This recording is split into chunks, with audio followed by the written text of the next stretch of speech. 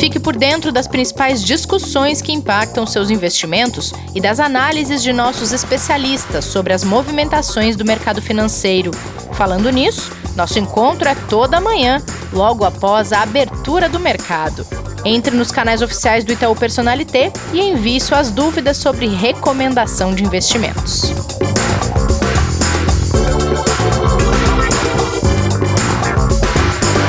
Olá, segunda-feira, dia 25 de maio, este é o Investidor em Foco, podcast de investimentos do Itaú Personalité. Semana começando, movimentações na economia e muita coisa para tratar no episódio de hoje. Comigo aqui, Kleber Zanquetta, bom dia, tudo bem contigo? Bom dia, Rê, tudo bem e você? Tudo bem. Hoje é aquele nosso episódio de abertura de semana mais pocket, né, Kleber? Que a gente não tem convidado, mas a gente tem muito assunto para tratar em alguns minutos. Tem bastante coisa para falar, até pelo fechamento da semana, que foi muito agitada, né? Sim. E a gente já abre aí repleto de feriados aqui e lá fora, mas com muita coisa para acontecer ao longo dos próximos dias, sim, Rê. Bom, a semana começa com grandes expectativas do mercado em torno destes testes com a vacina, que pode ser a resposta que o mundo inteiro espera a essa pandemia de coronavírus. Como é que está começando a semana nos mercados por causa disso e de outros assuntos? E esse fechamento que você mencionou, bem movimentado, a gente já tinha avisado na sexta-feira para o investidor ficar atento, porque o final do dia ia ser turbulento, né, Kleber? Foi exatamente no final do dia. A gente teve a Bolsa, o Ibovespa, fechando com menos 1% na sexta-feira. A Bolsa fecha às 17 horas. Aí ela fica das 17 às 18 operando o mercado futuro, só os índices futuros, tanto do Ibovespa quanto do dólar. Tá? E ele estava caindo também 1%. Às 17 horas, quando foi divulgado, né, o vídeo que era guardado pelo mercado, a receptividade disso para os investidores foi positiva, dado que não trouxe nada que pudesse piorar a situação que já a gente já tinha, né, ambientalizada no mercado. E aí, curiosamente, então a gente teve o Ibovespa fechando com menos 1% no mercado à vista e o índice futuro fechando com mais 1,30%. Na sexta-feira mesmo. Tá? O dólar também teve uma queda muito forte e a gente já teve uma indicação de que essa semana, se nada de diferente acontecesse, começaria de forma positiva. É isso que acontece, tá, Rê? A gente tem, primeiro na Europa, como você falou, né, os investidores já abriram o dia apostando tanto na evolução do medicamento chinês quanto dos americanos e outros testes que estão acontecendo na Europa, possam surgir de maneira mais rápida e acelerar o processo, né, ou tanto de vacina ou de medicamentos que possam combater a Covid-19 e com isso diminuir a necessidade de prazo das quarentenas e dos isolamentos que a gente tem ao redor do mundo, que também já vem acontecendo de maneira mais progressiva ali na Europa e um pouco já nos Estados Unidos. Então a gente teve a Europa aí abrindo positivo hoje pela manhã, tá? Num campo bem mais interessante do que a gente teve no fechamento da semana. Tanto na Alemanha subindo 2,40, a gente já fala um pouquinho mais da Alemanha. O Eurostock subindo 1,84. Os índices futuros nos Estados Unidos, eles estão operando apesar do feriado. As bolsas nos Estados Unidos hoje não abrem, mas eles estão operando acima de 1%, e aqui no Brasil a gente vem seguindo aí na mesma toada, com o índice futuro aqui operando a 0,95, o índice à vista abriu aí também em alta agora pela manhã, então, assim, abriu em alta muito forte, né, em 3%, mais de 3% aqui. Por quê? Porque ele fechou negativo na sexta, então ele tem uma diferença muito grande do índice futuro, mas o dia é muito positivo aí, com Petro, bancos, Vale, todos os papéis de siderurgia também subindo muito forte nessa manhã. Bom, já que você puxou a Alemanha, o PIB alemão encolheu 2,2% no primeiro trimestre desse ano por causa dos impactos da pandemia e o país entrou em recessão, né? É o pior resultado desde 2009, né, no um trimestre da economia alemã. O índice já era esperado, o número já era esperado. A Alemanha, dentre os principais países da Europa, que tem ali mais de 180 mil casos de Covid, a cada 100 mil habitantes foi o que menos teve índice de vítimas fatais.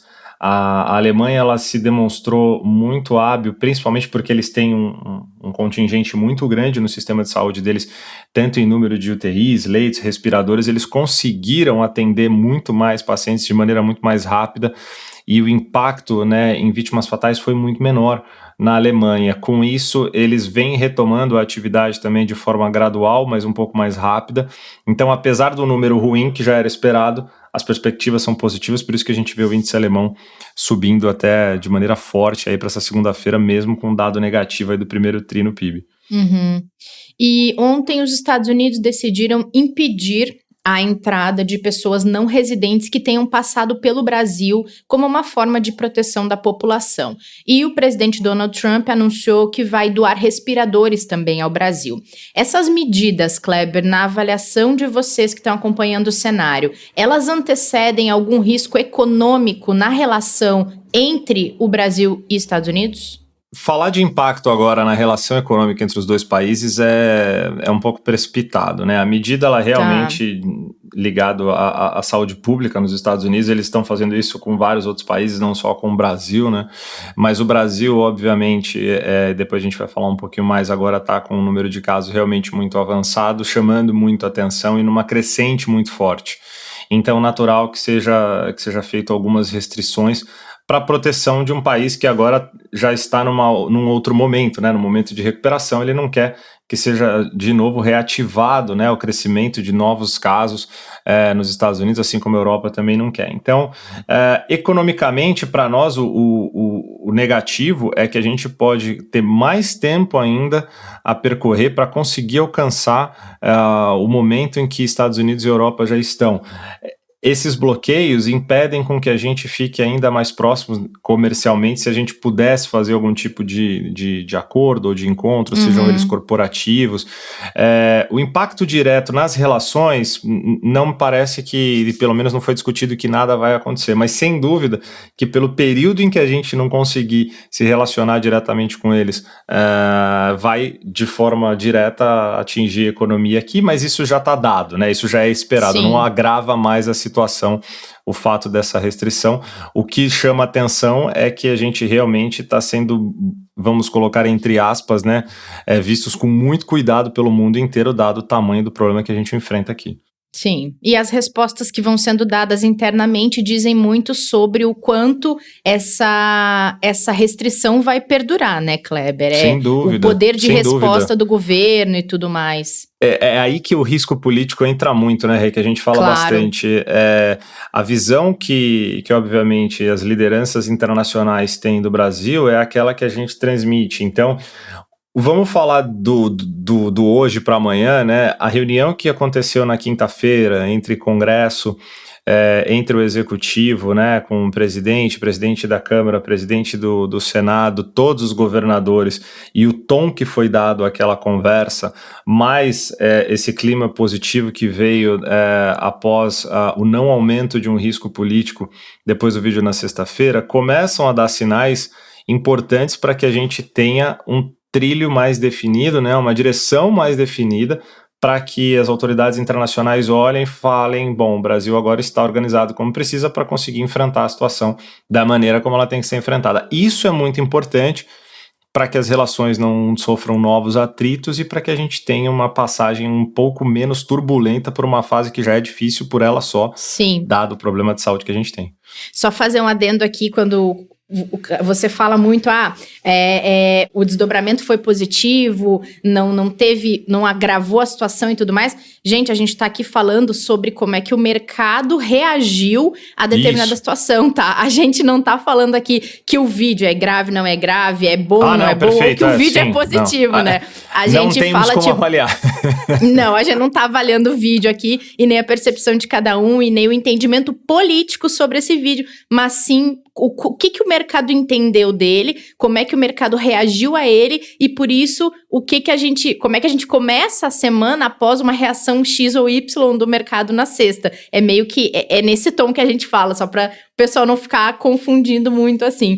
Ainda falando sem dúvida, perfeito, Rê. Ainda falando em Brasil, hoje saiu o índice de confiança do consumidor, que é medido pela Fundação Getúlio Vargas, mostrou que o consumidor brasileiro recuperou em maio um pouquinho da confiança que estava sendo perdida, mas a FGV ainda enxerga o brasileiro como pessimista e entende que essa recuperação não foi suficiente, né? Exatamente. Só para lembrar bem como você colocou, a gente teve uma queda muito grande, né, de quase 30 pontos na última medição, né, para o ouvinte entender um pouquinho melhor, né, esse índice de confiança, ele vai sendo medido, né, a cada semana, né, e ele vai olhando cada trimestre, e aí quando ele apresenta os números para nós, a gente tinha até o mês de março, aproximadamente o nível ali de 85 pontos, ele despencou para baixo de 60, e agora ele subiu um pouquinho, o que mostra só uma acomodação pelos analistas, tá? Essa pequena melhora mostra que pelo menos a expectativa e a visão, ela é a mesma, tipo, ela não mudou, ela não deteriorou, ela ficou muito ruim e ela continua muito ruim. Dificilmente a gente vai ver uma melhora desse indicador até o momento, antes da gente ter realmente uma retomada da atividade econômica numa velocidade um pouco mais acelerada aqui no Brasil, né? Então o consumidor ele vem realmente com muita preocupação e reduzindo ao máximo, né, o que ele pode em termos de necessidade de consumo para garantir ali o seu pequeno caixa ou se não controlar melhor a sua renda, porque ele não sabe por quanto tempo ele vai precisar ainda fazer esse tipo de gerenciamento. Então realmente essa melhora ela nada mais é do que uma acomodação. A gente deve ter agora uma curva bem de lado, como a gente fala, né, sem grandes variações até que a gente tenha uma retomada. Pelo menos, vamos olhar o lado positivo, como a gente sempre tenta olhar, né? Sem dúvida nenhuma. O fato de não ter piorado já é bom, né? O fato dele ter se acomodado faz com que, pelo menos, as pessoas aqui avaliadas, pesquisadas, enxergam que para onde a gente foi, a gente não deve piorar mais do que a gente está. Né, mas isso também não quer dizer que a gente está numa boa situação, lógico, tem muito a se fazer ainda para recuperar todo esse tempo aí que já foi perdido e deteriorado dado a todas as paralisações. Claro. Pois é, ainda nessa linha, a América Latina é considerada hoje o novo epicentro da pandemia e o Brasil está no centro disso tudo. São mais de 363 mil casos, 22.666 pessoas mortas pela Covid-19. Esse rótulo, ele pode trazer mais problemas econômicos para o Brasil ou para suas relações, um pouco na linha do que a gente falou sobre os Estados Unidos, mas considerando que agora existe um rótulo em torno do Brasil estar no foco desse centro da pandemia? Pode sim, a gente falou muito sobre avaliação de crédito, né, condições de pagamento, de uma soberania de um país assim como das empresas em alguns podcasts passados, né? E nos últimos dias, né, outra agência de rating, né, a Standard & Poor's, ela fez uma avaliação da América Latina, de todos os países, e ela fez uma revisão realmente muito criteriosa, mudando perspectiva de diversos deles, inclusive do Brasil, tá? Ela reafirmou o mesmo rating que tinha para o Brasil, mas ela tinha uma perspectiva positiva, né, ela avaliou que era possível melhorar a nota, né, de crédito do Brasil, e ela alterou essa perspectiva positiva para estável, né?